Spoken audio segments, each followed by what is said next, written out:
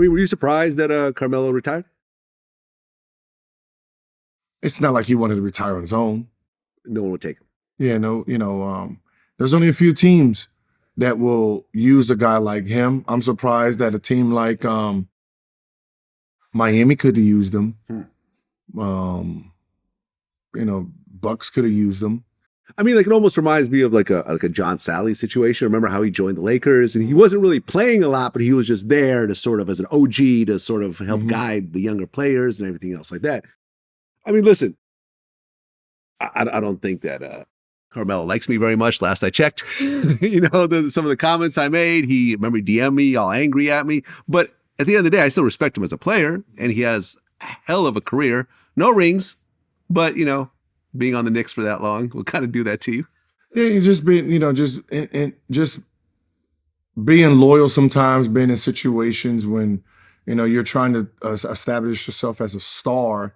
It's hard to win. Like, I don't think people don't really understand the concept of how it works. If you're being drafted top 5, right? Especially top 3, you're going to a bad team, right? You're going to a bad team, which means the future of the NBA, the future of the sport is going to bad situations. Now, if they're individually successful, that means that bad situation is that bad that they, as rookies, can come in and dominate. Now, it is harder for them to win because they're technically starting from zero. Yeah. Trying to build this championship legacy from the ground floor. They're not like Magic Johnson. You're coming in. I don't know how y'all got the number 1 pick. I don't know how the Lakers got the number 1 pick, right? Like Tim Duncan. You guys get the number 1 pick on a team that had a bad year, but 56 wins the year before, bad year, championship. Oh, duh. Yeah, you sit, everyone. David Robinson, sit down. Ellie, sit down.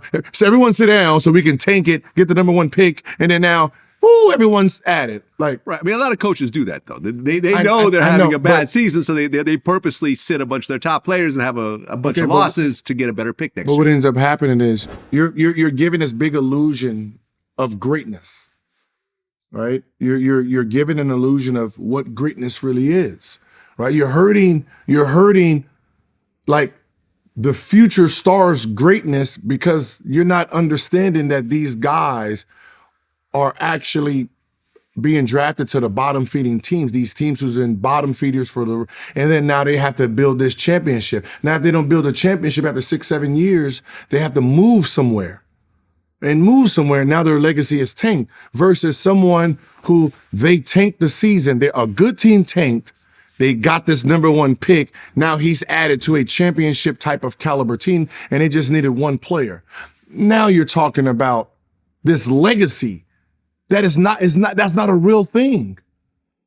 Right? That's not a real thing. That's like Jokic and them wins the championship, and then next year they fucking Jokic gets hurt, so they start losing games. They fucking tank the rest of the season. Then they get the number 1 pick. And now you got Jokic coming back, everyone coming back with the number 1 pick. Now this guy's greatness starts with Jokic. Right what I mean? And that's the fucked up part about what the NBA is really about. So like the Carmelos and the LeBrons early, of course they had to leave to go try to win.